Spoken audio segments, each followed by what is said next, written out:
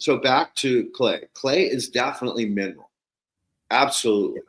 Like sand, like rock, it's mineral. Mhm. So the different colors are indicating of different values, different mineral values. So yeah, I'm all about diversity. Again, don't use a white bentonite clay, right? And those unfortunately are wet, but they almost look like extracts. Yeah, I think this is more for the potting and or creating pottery, but I just wanted to give people an idea that there is different types of clay, and they come in all kinds of different colors. Absolutely, absolutely. So again, just take into consideration. Oh, this is a great one. Oh, there was a stone called Negro McQueen.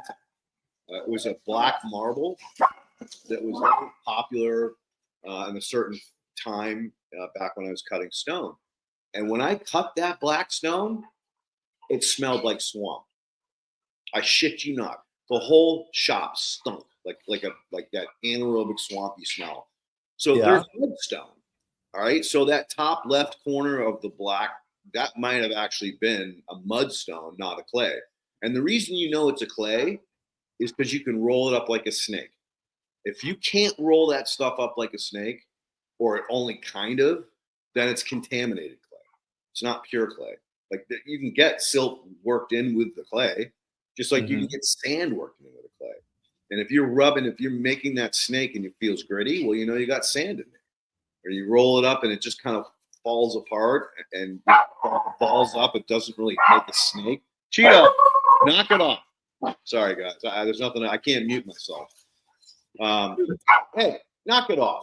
Don't get pissed at me. He's giving you attitude, Leighton. Oh, You're giving totally. him attitude. Totally. He's a Chihuahua, man. I swear they're crazy little dogs.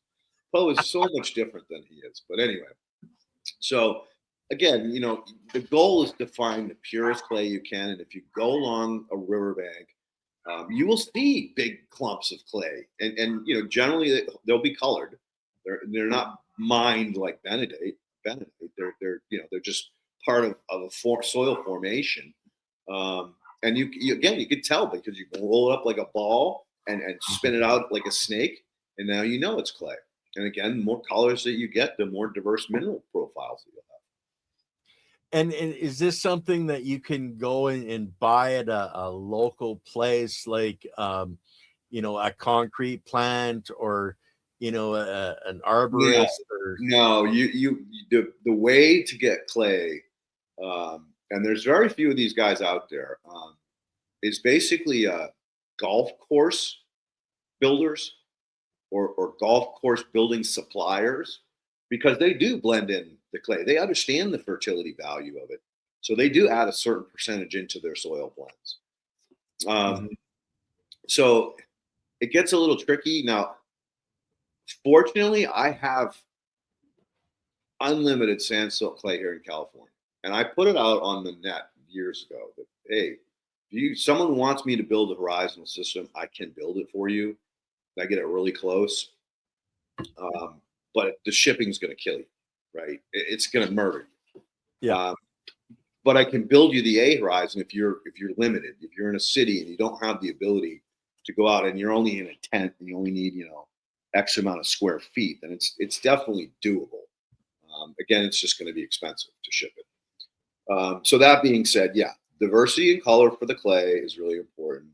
Um, the blend, ideally, you want in your A horizon 50% sand, right? That's kind of a foundational component because you want it to be able to drain. And if you get much lower than 50% sand, you're going to have drainage issues. It's not going to wick, and it's not going to drain as well.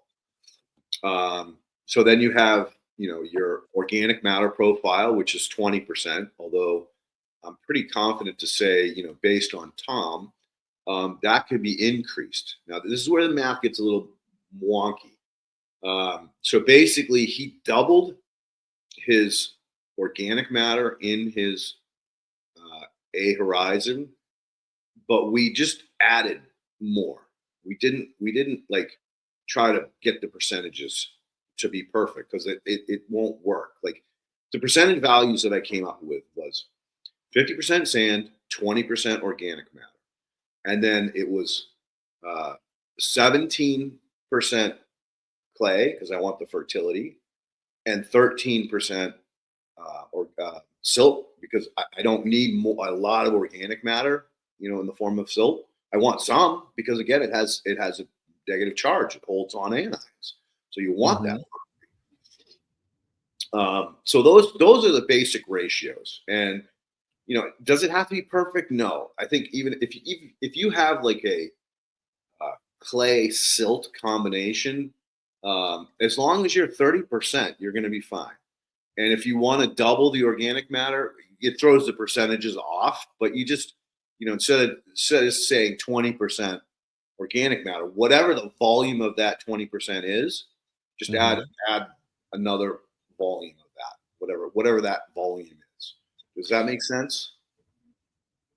So like, Yes and no. Like, okay, so you got 50%, 13, 17, and 20.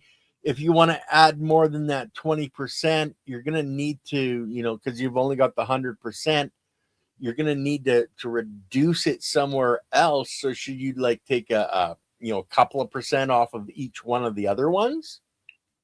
I guess that would be the only way to do it, right? But again, if you're doubling the organic matter, now you're really limiting. You got to have the sand.